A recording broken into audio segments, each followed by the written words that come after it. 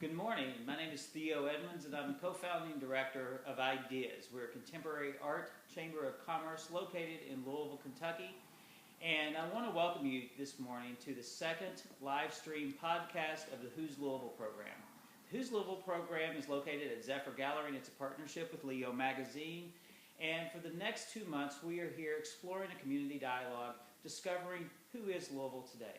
And with us today for our second installment of this podcast, we have Ashley Miller. Ashley, welcome. Thank you. So, Ashley, you're let me see if I get this right, Miss University of Louisville, Miss Kentucky, a nurse practitioner working on her PhD, Yes. You're a basketball player at Berea College, Yes. and now you're a budding healthcare entrepreneur. Yes. You are the perfect member for Ideas for Chamber of Commerce, and I'll have an application form for you. Okay, that's fine. So the show is called Who's Louisville? And from your point of view, who is Louisville right now? Gosh. I think it kind of is reflected in all the stuff that you just said about me. I think Louisville is a huge melting pot of ideas. Look, how about that? Yeah, I think that the one thing I love about Louisville and the one reason why I've been determined not to leave is just there's so much growth, there's so many opportunities for entrepreneurship, and I think that's really embraced in the city, so I don't think there's a simple answer for who Louisville is. It's just a melting pot. That's great. So what is the most interesting thing that you've seen or heard or read about in the last month or so? So, I read the Courier Journal every morning, old school style, like from actual paper, and I read about a florist out, I think it's out Dixie somewhere, that decided that she wanted to bring more business into her floral shop, so she started serving food.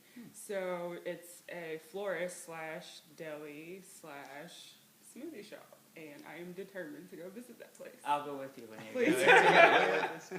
So I mean, that kind of hybrid organization we're seeing popping up a lot around Louisville these days, even more so I think than maybe even a lot of our competitor cities. And so that kind of interesting approach to things, I think requires somebody to really be engaged into not only maybe what their business is, but what the needs of their community are. For sure. So what do you think are some of the biggest needs that you see in Louisville right now? How long is the show?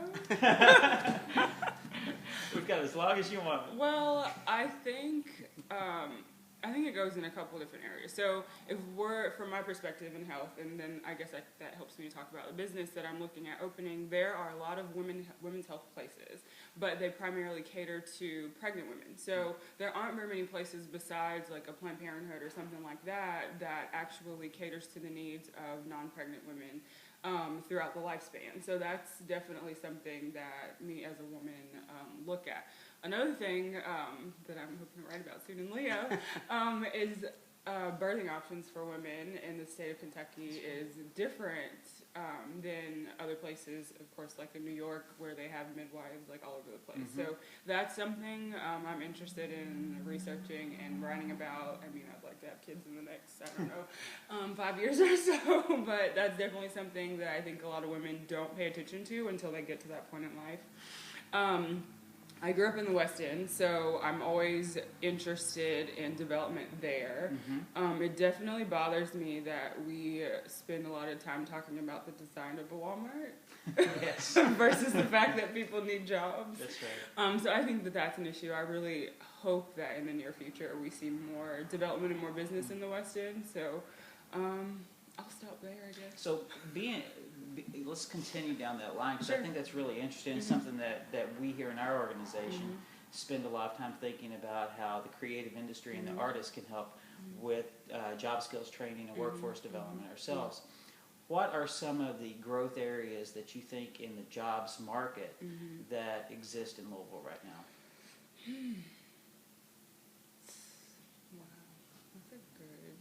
So when you mean growth areas, you mean like what are the needs, or? Well, yeah. What are the needs? I'll give you an example. Like we're working. One of our partners is Youth Build Louisville, and they have a youth development model that works with young people, and they have 2 tracks. One is a construction track, and one is an environmental services track. Sure. And while those young adults are there, they get life skills training, job skills training, and then they learn while they do and get paid while they do in an apprenticeship model, and then find their way to the job market with the support of a lot of people around them. So in terms of that, you know, I was next week we'll be talking with Congressman Yarmuth about the ACA, and there was a recent report that just came out in Kentucky that shows that there's a huge potential in the healthcare jobs market that are not necessarily PhD level jobs, but are really good jobs. So I was wondering if you are seeing that around.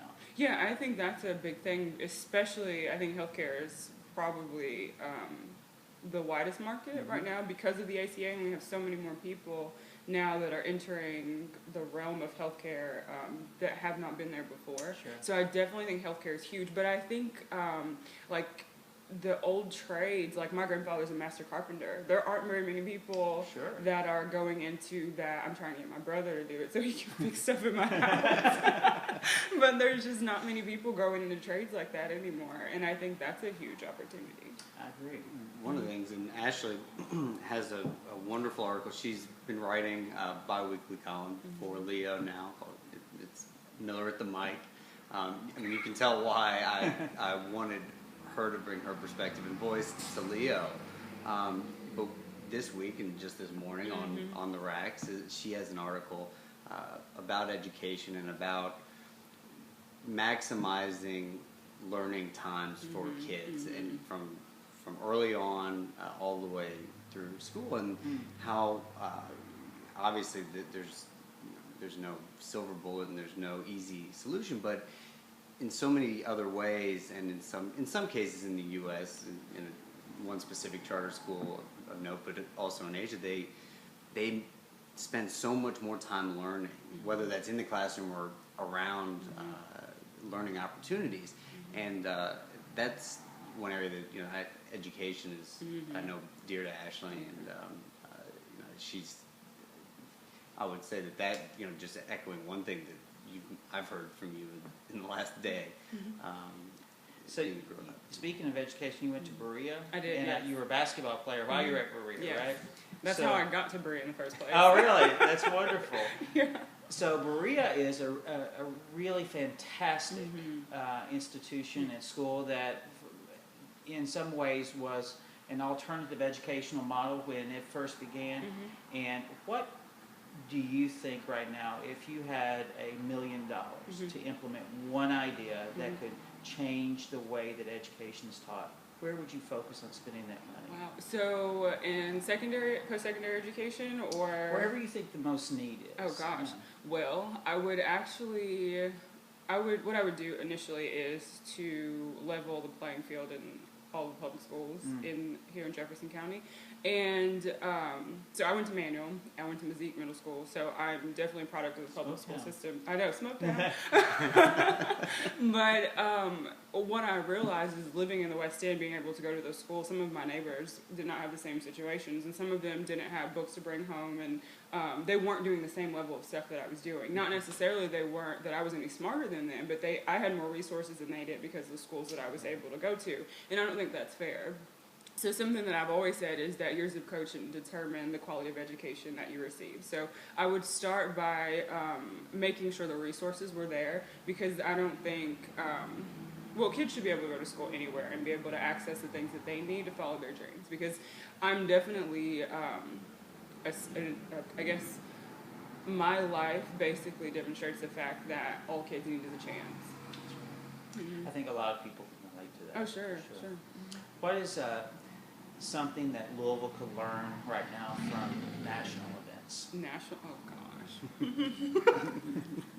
Don't laugh, because he's probably thinking that. Wow.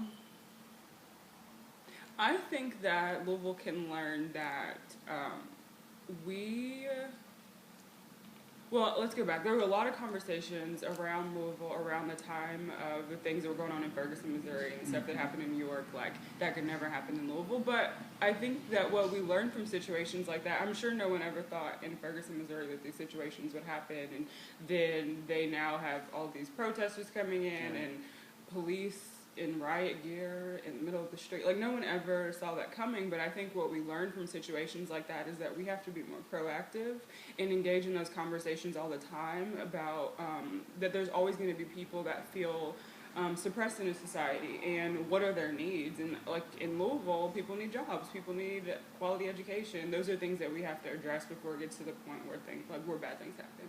I noticed there a lot of things that I read in several different larger cities these days. There's a really growing conversation that both art and education, and culture and education are human rights. And I was just wondering what you think the role of art is in the city of Louisville. I think art is amazing.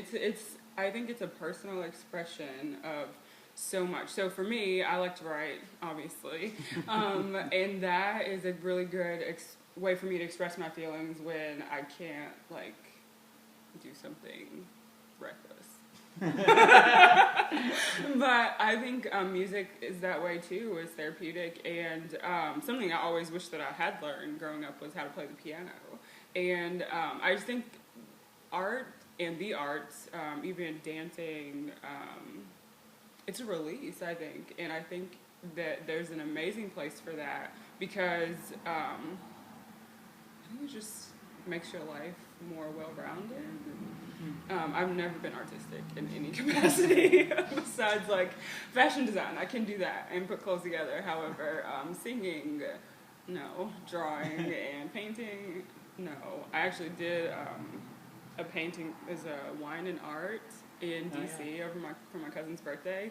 So I don't know if it was a wine or I actually did a good job. Doesn't hurt. You know, I think probably maybe it was a little bit, because a lot of people, the thing that stops them from creative expression is themselves. And, you know, whether it's a bourbon or whether it's a glass of wine, sometimes that helps release inhibitions a little bit. Yeah, I think it's a judgment thing. And even in art, I think in a different way, we used to always talk about nursing as an art but a science also. And I think that is very real, because like with my job, there's very much of it that is scientific and is very medical sometimes in the model that we use. However, the art of how I deal with my patients and how we engage with one another and communicate, that experience I think is art.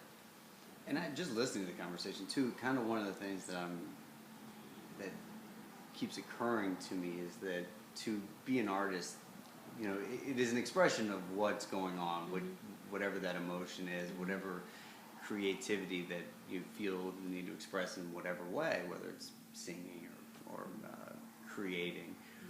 But if you're going to take that step and actually deliver some piece of art, it takes courage. And you know, whether it's running for office, writing, putting yourself out there, or even dealing with, you know, health cases and people, which, you know, when it's a health issue, it's very personal, whoever it is, and you know, it takes courage to want to even do that. And so there's and the pageantry, and you know, your experiences with that you told me about really kind of demonstrate a different side of even the courage and the background of pageantry than I would have ever thought. You know, I mean, I think Donald Trump ruined it to a certain extent for everybody. But it's, you know, that is a combination of, you know, of courage, talent, artistic beauty, and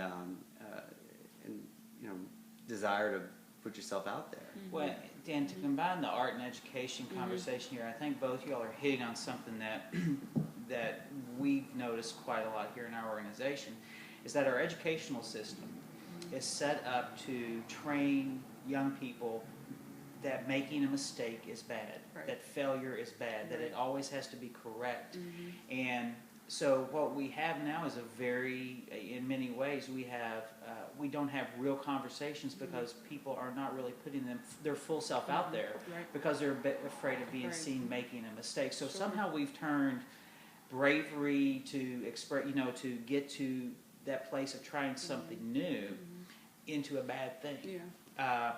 And I think one of the things that artists can loan to the city of Louisville is our methodology, because we practice that being in that uncertain place. Every stroke of a painting, you make 1,000 little choices on your way to a painting. Each one of those potentially a disaster, but potentially a breakthrough. Right. So there's a bravery in that act. Yeah. So let's translate that now back to the business world. You talk about the art that is involved in healthcare and science. What is the relationship between art and business, or art and politics, to go even further? And what can business and politics learn from this kind of conversation? I think what you touched on about the willingness to just go for it and see what happens, I think has a huge place in the business world, definitely in politics. I think that communication to me is an art, and especially in the realm of politics, I think being able to communicate sometimes complex issues in a way that people can understand, and then making them feel comfortable enough to talk to you and be able to approach you about the things that are going on with them, sometimes which are very personal and intimate conversations. I think that's an art. I think just dealing with people in any capacity for me and for my business will be the same. So for me, I think the science will be actual what we're doing with and to people in the healthcare environment. I think the art is the way we do it, and even I even think of artistic expression as to what we want them to feel when they walk into the door. Like what colors are the rooms? What do the couches and chairs look like? Like what vibe is set for them when they come in? I think that definitely is artistic. And then business is, of course, you got to make money doing it. Sure, absolutely. Right. What is your definition of a successful Louisville? What does that look like? Oh man, tough question. There's no wrong answer. No wrong answer. Right. It's you just step out there, make the stroke. Right. That's right. I think a successful Louisville is one in which everyone, no matter what zip code, what part of the city they're in, has the opportunity to reach their fullest potential. Whether that's being an artist, or whether that's being a doctor, or a writer, or what have you, that we have opportunities for them to grow and flourish here.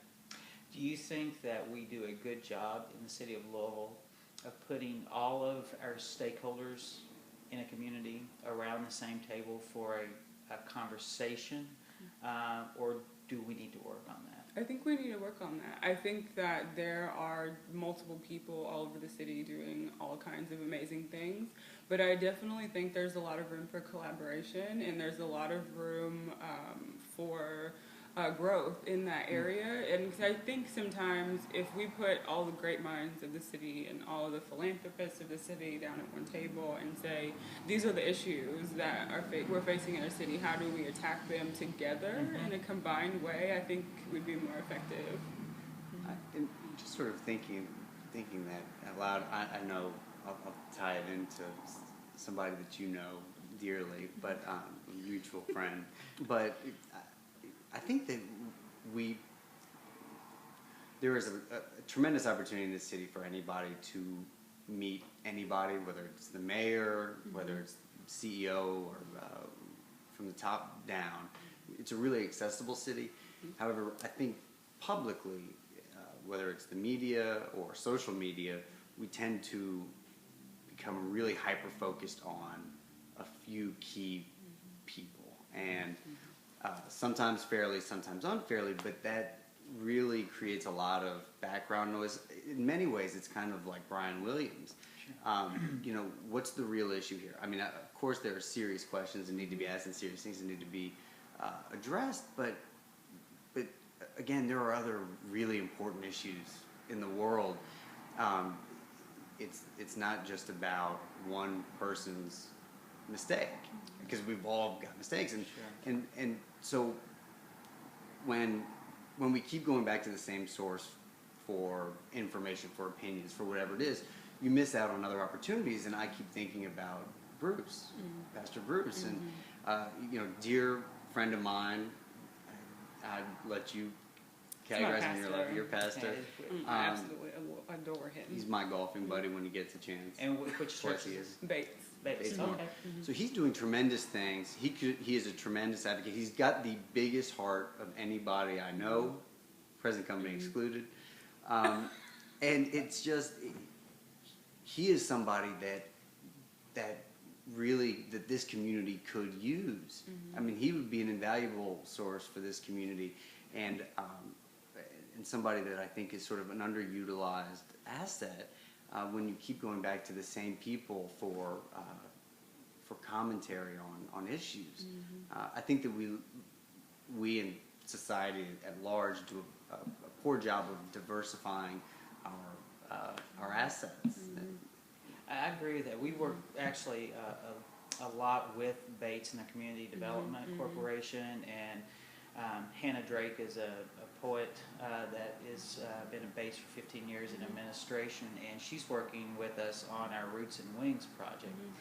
And what we are doing with that project is taking the voices of a lot of really young, talented Louisville musicians, dancers, DJs, spoken word artists, and building a structure around them to lift up their voice and let them own it for themselves. One of the things we're tackling with that is racism, and we're tackling the school to prison pipeline of young African American men through the Zones of Hope project. What are you seeing are some of the most pressing needs on maybe say, since you work a lot with women in the women's healthcare arena, what are some of the most difficult to talk about, but yet very fundamental issues that we should be thinking about as a city there? So he's looking at me like, don't do it. No, but the first thing that pops in my mind is reproductive rights. And I think a lot of that is based in education. There's so many conversations that I have with girls, teenagers and young adult women and older, that absolutely have no idea how their body works, that are trying to make good decisions about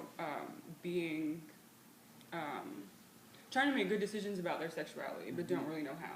So I think that there's definitely room to grow in terms of like what we're teaching our kids in school in terms of sex education, and for women, especially being more assertive.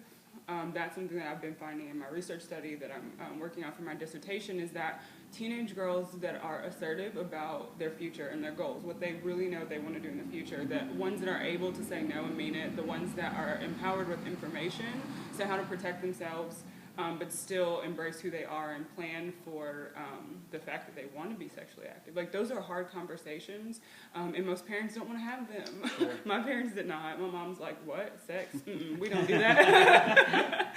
So those are the hard conversations I feel like we need to have, especially with girls. And I think the sooner, like the earlier in their 8th, 9th grade year, when they're starting to be exposed to those types of things in school, I think that's probably one of the areas I would absolutely love to see us do a better job. Well, you should come back tonight, because tonight from 5:30 to 7:30 we have two entrepreneurs who are in town who are developing a entrepreneurial company to have sexual education back in the schools, back in the communities, and they're gathering tonight to launch their new entrepreneurial endeavor. That's awesome. It's from 5:30 to 7:30, and so if you're interested in this topic, I am. Tonight would be a perfect place for you to be, and all of those who are watching us on this live stream. So, who are some of the unexpected or unknown people, an unknown meaning that are not in the headlines every day in Louisville, that you just really think are doing a fantastic job in changing the city in whatever way that they're operating in? Say Bruce again. Yeah, I would definitely say my pastor, Bruce Williams. I think that It's interesting because I started going to Bates maybe 5 or 6 years ago, and I've been to so many churches in Louisville, like when I was visiting and stuff, but I felt like after his sermon, I said, that man is anointed. Like, he is an anointed preacher and teacher, and it doesn't matter what he's talking about. Like, I feel like I learned something that I can apply and make myself a better Ashley every single time I hear him speak. And I agree, he has a heart of gold. And it's funny, like, during the campaign, he would come and be like, are you okay? Like, how are you doing? And I really appreciated that because, like, he didn't know me from Adam. I'm just, like, this little girl in his church. But I think that he does a lot that falls under the radar and that people don't often get to really see, or at least maybe his name is not attached to it. Maybe it's in BCDC, like you said. But right. I think all of those things stem from Bruce Williams, and I think he is an absolutely amazing person. That's wonderful. Who are some of the maybe young people that, because I know especially as I'm sure you were running for office last fall, you probably got to meet a lot of young people. Can you think of anyone that just really pops out in your mind and you say, this kid has got it, he understands it, or she understands it, and is going somewhere? Well, the first person that pops in my mind is Amelia Gondara, Absolutely. who is also a former Miss U of L, but she's on our board. You know what? I think I knew that. I think I knew that. But that was not a plan, y'all. It was not planned. But I think that she's amazing, just in general. And I was thinking about, like, when you were talking about art earlier, the fact that she's just, like, this amazing ballerina, and I just get mesmerized watching her, but that has not anything to do with why I think she's amazing. But the fact that she's an engineer, and then she's a beauty queen, and she's a ballerina. Like, she's just, like, I can't say that word on TV probably, but she's great. She's not good. I think there are a lot of women in this city that fit that profile. Absolutely. You're one, she's one. I mean, every single day it's almost, we're blessed and honored to be meeting some of them through our work here. I thought of one more person. Okay. And maybe I should talk to him, but Justin Patton, he is, do you know Justin? He is a trainer and teacher. He does a lot of stuff with, like, Taco Bell and Yum and stuff, but he teaches basically people how to present their best self to the world. Great. And he does a lot of body language coaching, like, basically anything ridiculous going on in my life, I call Justin, and he coaches me through it. But I think Justin's in his early 30s. He is dynamic. His energy is absolutely amazing. I'm on him about writing a book because I feel like he has so much to say. Like, he's like one of those people that speaks in quotes, like, that you want to tweet all the time. So I think that he's somebody that is doing a lot of amazing things in his professional life that is really working to do more with youth and trying to teach them how to be aware of what they're presenting. Because he always talks about how do you want to show up? Like, what do you want people to think when they actually lay eyes on you in terms of your physical appearance, how you look, your confidence, your body language, all those things. So he's, like, watched me give talks and be like, so, can I give you some feedback? And I'm like, yes, please. So even little things like, I normally have my arms crossed, that's just comfortable for me. It's like, well, it looks insecure. Okay. But I think he's amazing. So you were talking about something just then that I want to dig into a little bit. What is your own view of yourself at your highest expression of that self? Wow. Well, you know, if I'm being completely honest with you, and my own view of myself, what are you laughing at? All honesty. I've known you to be anything but honest. Well, that's true. I am inside of me, when I look in the mirror, I still see the 12-year-old little girl in the West End that's trying to make a difference. And so I feel like, I think probably the greatest thing about me, but the thing that I probably could do better at, is I don't necessarily always give myself credit for what I've achieved so far in life, because I feel like I have so much further to go, and I have so many more things to do, and there's more people that I want to impact. So I think I still see myself as like on this journey, but so far away from the apex of that journey. What would you say to that little 12-year-old girl now, if you could say one thing to her? Ooh, Laura, I would tell her a bunch of things. But I would tell my 12-year-old self not to embrace limiting beliefs, because I think for a long time I had these dreams of things that I wanted to be, and living in the circumstances that I didn't always think that they were, they could become reality. And I did have people, whether even in my own family, that loved me, were giving me advice like, well, you know, why don't you just get a job? Why do you want to do all those things? And not that they meant anything negative by it, but I think it stifled me for a period in life. And it took me until maybe I was 25 or 26 to be confident enough to trust my own journey and to trust the vision that I had for myself. So if I were to tell my 12-year-old self anything, I would say to go with your gut and just follow what it is that you know you're supposed to be doing.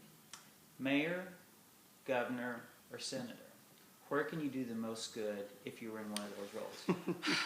Are you asking which one I want to be? Or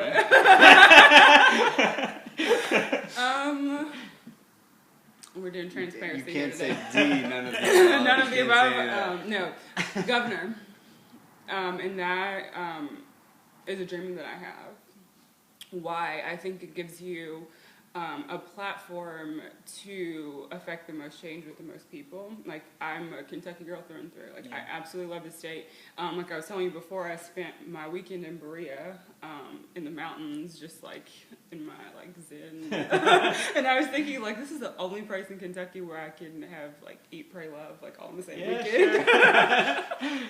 But there's your slogan for your campaign. There it is. But I think that people ask me all the time, like, do you just love politics? Absolutely not. Like, I don't think there's anything about politics to love. However, the platform that you are afforded as an elected official is one that is priceless, because it allows people to listen to your voice, which is amazing. And I think that's something I learned in pageants, is using a position of influence to affect change in those around you. Like, that I think is amazing. So if I were to pick one of those, it would be governor, because I'm all about Kentucky folks. So the last female governor, I mean the only one, is Martha Lane Collins. Have you gotten to talk to Governor Collins? I've met her once. I actually had, I got to see Crit Llewellyn yesterday, who's our lieutenant governor, and I said, I need to pick your brain, like, soon. And she was like, oh, sure, anytime. But I've not gotten to sit down with Martha Lane. I think, especially in the last year, she's been kind of like crazy busy with the other campaigns and stuff that she's been a part of. But she's a phenomenal lady. And when I was growing up, I was a clogger. Really? And during the Kentucky State Dance, will you do it for us? my father was in the legislature and authored that bill that made clogging the Kentucky State Dance. Really? Yeah. That's awesome. And yeah, maybe I will. Okay. Yeah, you want to see it? I do, actually. All right. Yes. I love it.